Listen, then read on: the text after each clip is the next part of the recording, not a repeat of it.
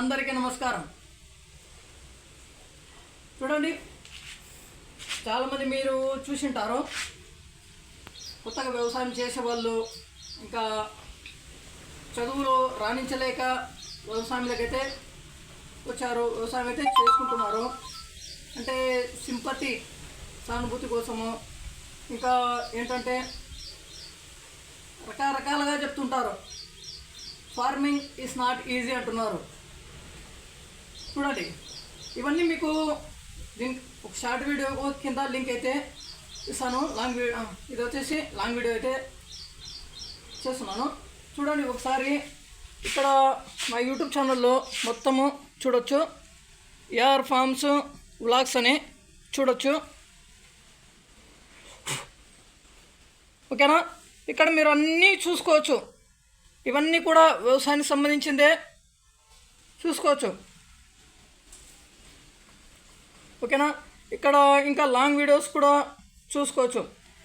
మనము ఎన్ని బస్తాలు ఏ ఏ పంటలు అయితే పండించినట్టువి అవి కూడా ఇంకా నేనైతే పెట్టలేదు. ఇక్కడ వరి పంటలు 403 బస్తాలు, ఇంకా వరి గడ్డి గట్టలు, ఇంకా జీవాల పెంపకం కానీ ఇంకా ఏదైనా కూడా మీరు పసుపు కానీ, పసుపు కూడా ఎలా పండించామో అవి కూడా, పసుపు కళ్ళాల్లో ఉండేటువంటి కూడా, ఓకేనా, మొత్తం చూసుకోవచ్చు మీరు. పసుపు ఏ రకంగా పండిందో, ఓకేనా, ఇక్కడ మొత్తము చూస్తే మీకే తెలుస్తుంది. ఇప్పుడు నేను చెప్తాను చూడండి. ఫార్మింగ్ అంటే పండించడం. ఫార్మింగ్ అంటే వ్యవసాయానికి సంబంధించేది. ఇది agriculture and agriculture works is easy for other some works, but when farmers put investment in the agriculture and the crops, that investment returns after seeing is very very difficult. Sometimes in agriculture, sometimes coming profits, losses, sometimes coming just investment, and sometimes coming investment is zero. When sometimes coming losses in agriculture, sometimes climate is not supported, sometimes more rainfalls coming, sometimes cyclones coming, that time crops all are damaged, banana, papaya, other crops also.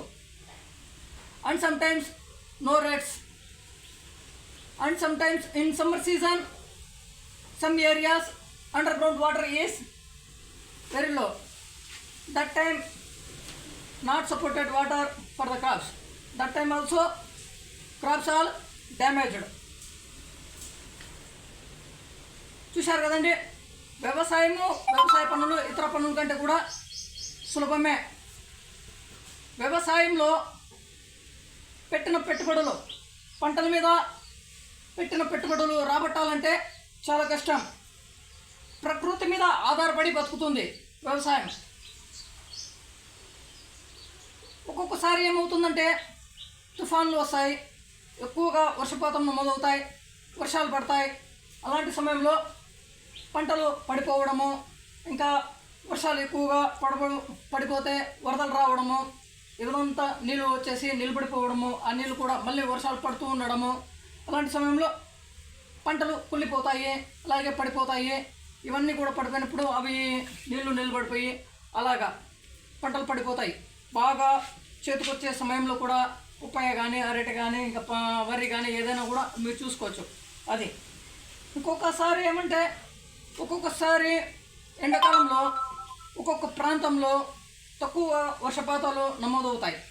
అలాంటి సమయంలో నీళ్లు సరిపోకపోవడము, అలాంటి సమయంలో కూడా పంటలు అయితే ఎండిపోతుంటాయి. పెట్టిన పెట్టుబడులు రాబట్టాలంటే కష్టం. వ్యవసాయ పనులు ఒకసారి చూసుకోవచ్చు. కష్టం అనుకుంటే నేను ఒకసారి మీకు చూపించాను కూడా. ఇక్కడైతే మొత్తము దీంట్లో అయితే ఉన్నాయి, చూడొచ్చు.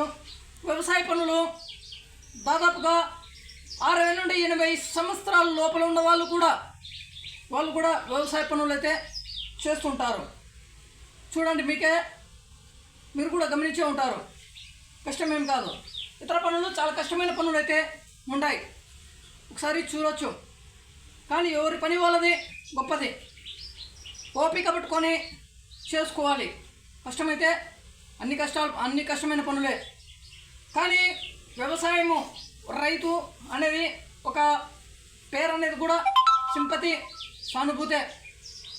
చెప్తారు, చూపిస్తారు. ఆ విధంగా అయ్యో పడిపోయాయి, అయ్యో పాపం అదే ఇది అనేసి చెప్తారు. కానీ మర్చిపోతారు. తనకు చూపించాలి కాదనకూడదు, ఇవన్నీ నేను చెప్పకూడదు.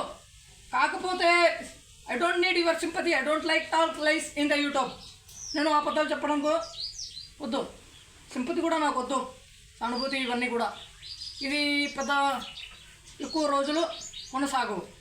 అందుకని ఇప్పుడు పంటలు పడిపోతాయి, అయ్యో ఇంకా సినిమాలు చూపించడము, ఇంకా ఎక్కడైనా చూసినప్పుడు వరదలు రావడము, తుఫాన్లు రావడము, ఎండిపోవడము, అయ్యో అదే అనేసి పాపం అదే అనేసి చెప్తుంటారు.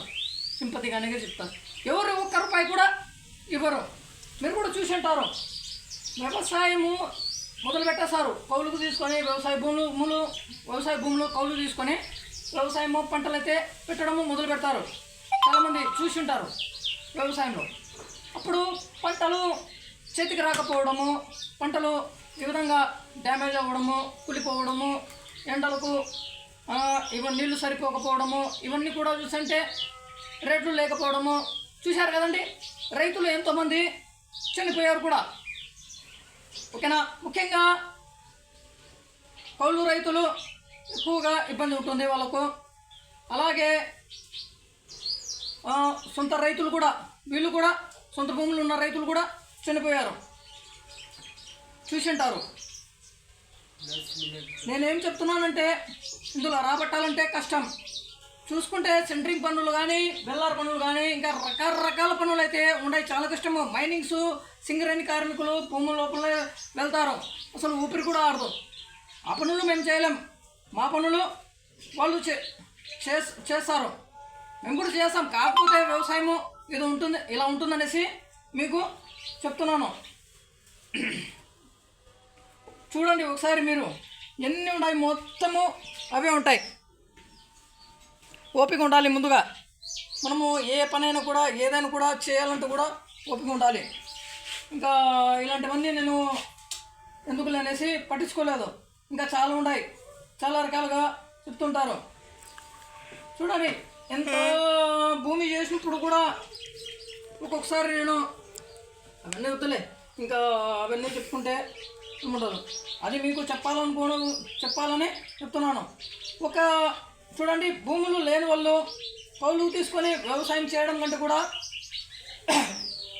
వ్యవసాయం అంటే రైతుగా మారి బతకడం కంటే కూడా రైతు మీద ఆధారపడి బతకండి. అప్పుడే మీకు మంచి లైఫ్ అయితే ఉంటుంది. ఇది మీరు ఓపిక పట్టుకొని, ఇంకా వాళ్ళు అవమానిస్తున్నారు, వాళ్ళు ఇది అంటే కుదరదు, చేసుకోవాలి ఏదైనా కూడా. ఓకేనా. కూరగాయలు అమ్ముకోవడము, లేదంటే పండ్లు అమ్ముకొని ఏదైనా కూడా ఇతరులలో ఏదైనా పనులైనా చూసుకోవచ్చు. రోజు పని చేసుకుంటే కూడా ఒక 800 లెక్క వస్తుంది, అలాగే 1000 వస్తుంది, అలాగే 500 వస్తుంది. ఈ విధంగా వ్యవసాయ పనులు రైతుకు మారి బతికితే ఇంకా చూశారు కదండి. ముఖ్యంగా మీరు ఒకటి గమనించవచ్చు, ఎక్కువగా ఆత్మహత్యలు చేసుకున్న వాళ్ళలో మొదటి స్థానంలో అయితే రైతులు ఉంటారు. చూడండి.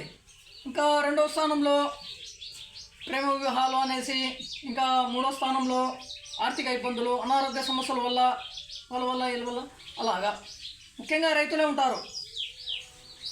అందుకని ఇవన్నీ చెప్పాలనుకున్నాను. ఒక పాట రాయండి, పాట పాడి చేసుకోండి, లేదంటే ఒక సినిమా స్టోరీ రాసుకోండి. అది చూశారు కదండి మీరు, సినిమాలు ఎంతోమంది చూపిస్తుంటారు. ఎన్నో సినిమాలు కూడా వ్యవసాయం మీద పాటలు పాడి వ్యవసాయం సంబంధించింది చూపించి చూసింటారు.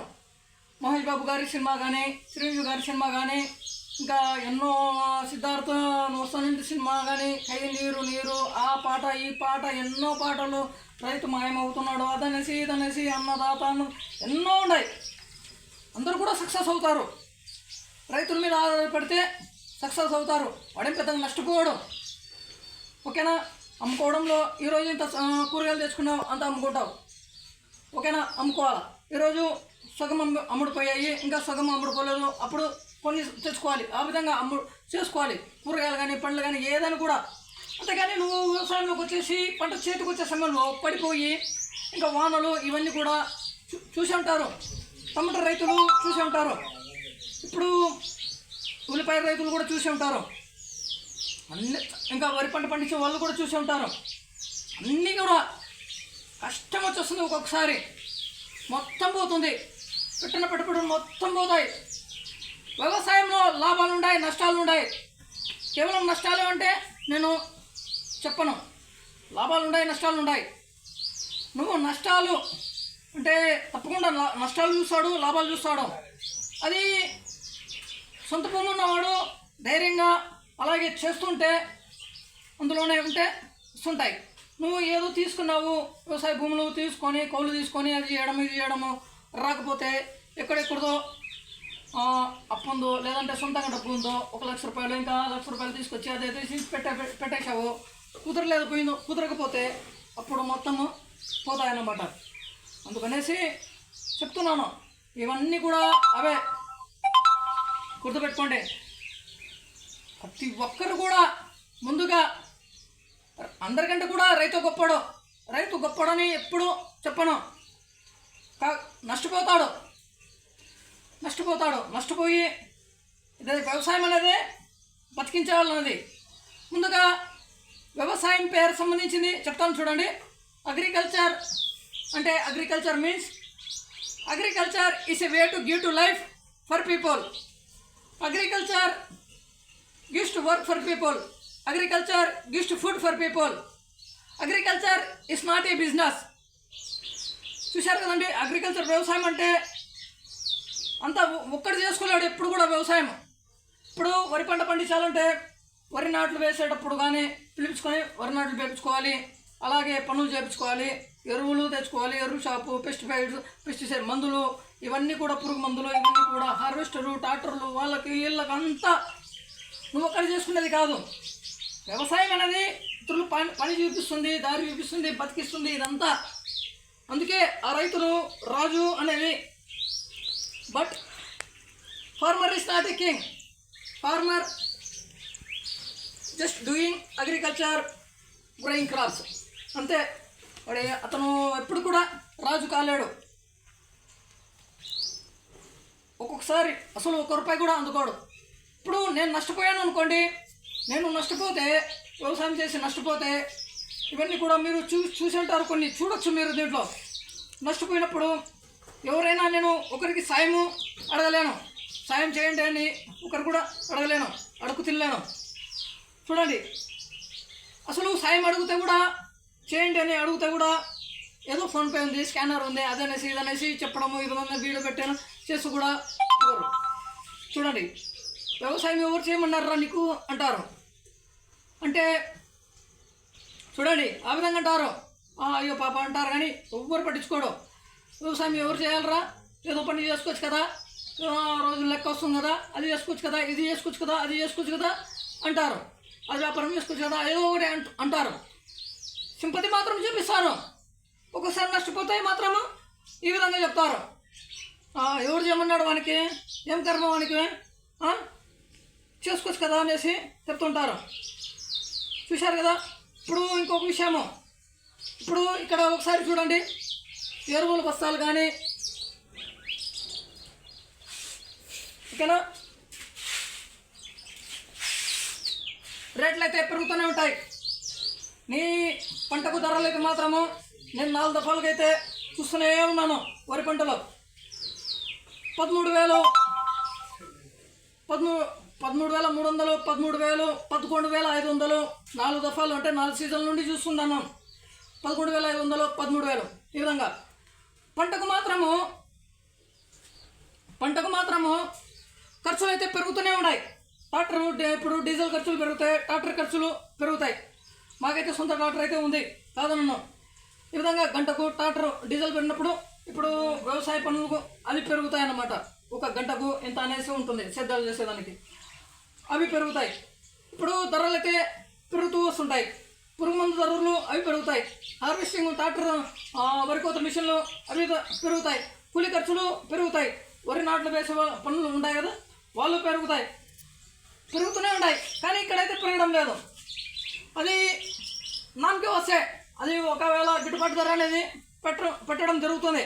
కానీ అది రియల్గా అయితే పెద్దగా ఏముండదు. అందుకనేసి అది మీకు చెప్తున్నాను. ఇక్కడ చెప్పాను ఎన్నో పంటలు అయితే పండించడము,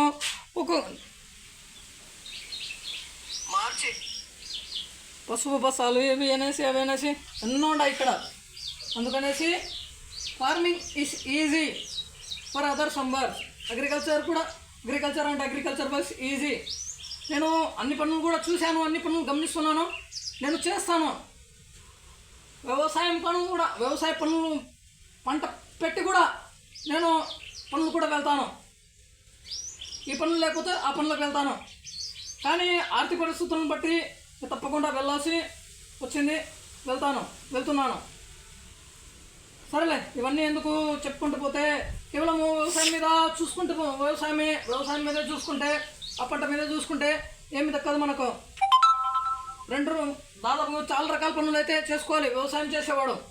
అదే వ్యవసాయం పంట పెట్టావా దాని మీద చూసుకుంటుంటే కాదు, చాలా వరకు సమయం అయితే ఉంటుంది. మనము ఆ పనులు చేసుకున్నాను కోసము మనము సులభతరంగా చేసుకోవాలి. ఇవన్నీ కూడా వ్యవసాయంలో పైప్ లైన్లు, నీళ్లు పెట్టడం కోసము, డ్రిప్ సిస్టమ్ ఇవన్నీ కూడా చేసుకుంటేనే మనకు సమయం అయితే దొరుకుతుంది. ఇతర పనులు ఏదైనా చేసుకుందానికి, లేదంటే దొరకదు. అందుకనేసి నేను చేసుకున్నాను. అవి చేసుకుంటూ ఇవి చేసుకుంటూ అన్నీ చేసుకుంటుంటాను. కష్టం అనేది తప్పకుండా పడుతూనే ఉంటాను. తప్పకుండా కష్టపడాల్సిందే. తల్లిదండ్రులు బాధ్యతలు అప్పగించిన తర్వాత, బాధ్యతలు అంటే తెలుసు కదా మీకు, పెళ్ళి అయిపోయిన తర్వాత బాధ్యతలన్నీ వచ్చేస్తాయన్నమాట. ఇంకా కుటుంబ పోషణ ఇవన్నీ కూడా, పిల్లలు ఇవన్నీ కూడా ఇంకా అవన్నీ చేయాలి. చేయలేకపోతే ఇంకా అప్పులు పాలయ్యి ఇవన్నీ కూడా పోతాయి. చూడండి ఇక్కడ ఒకసారి చూడండి.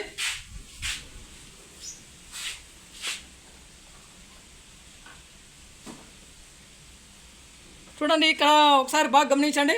వ్యవసాయ పనులు, ఫార్మింగ్ పండించడం కానీ, వ్యవసాయ పనులు కానీ ఎవరు చేస్తున్నారో ఇక్కడ ఒకసారి చూడండి.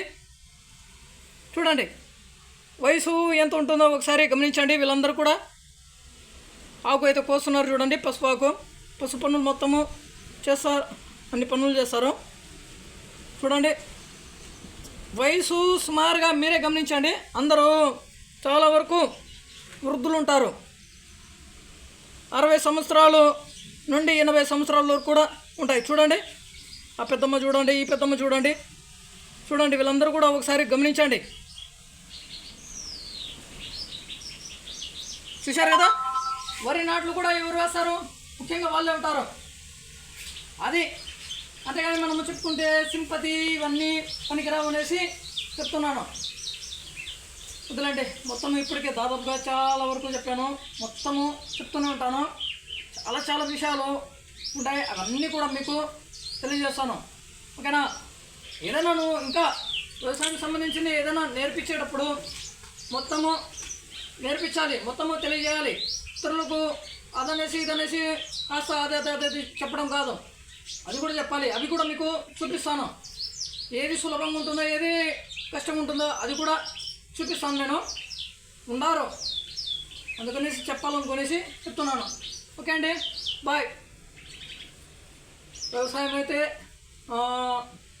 వదులుకోరు. వ్యవసాయంలో అప్పులు పాలవుతున్నా కూడా వ్యవసాయం అయితే చేస్తూనే ఉంటారు. 2 సార్లు పోయినప్పుడు ఒకసారిలో వచ్చేస్తుంది. రాదనను 2 సార్లు పోయినా కూడా ఒకసారిలోనూ వచ్చేస్తుంది. అది నువ్వు ధైర్యంగా ఓపిక పట్టుకొని ఉండాలి. అది దీని మీద ఆధారపడి ఉంటుంది. డబ్బు పైసలు లేకపోతే అప్పుల పాలైపోతే, వరుసగా 2 సార్లు అప్పుల పాలైపోతే ఇంకొక చూడండి, ఉంటే దానిలో రాబట్టుకుంటావు. లేకపోయినప్పుడు ఒకసారి 2 సార్లు పోయావా, మళ్ళీ ఇది లేదా అప్పుల పాలైపోయావా, అప్పుడు చూసుకో. అప్పుడు ఎవ్వరు ఇవ్వరు. ఏం చేస్తావు? మెడకాడ పట్టుకుంటారు, గొంతు కాడికి వచ్చేస్తుంది అంతే, ప్రాణము లోపల. ఇవి పట్టుకుంటాడు అప్పులు ఇచ్చినోడు. పట్టుకుంటే నువ్వేం చేయగలుగుతావు? ఇప్పుడు ఏం చేయగలుగుతావు? ఏం చేయలేవు. వేరే వాళ్ళు ఇవ్వరు.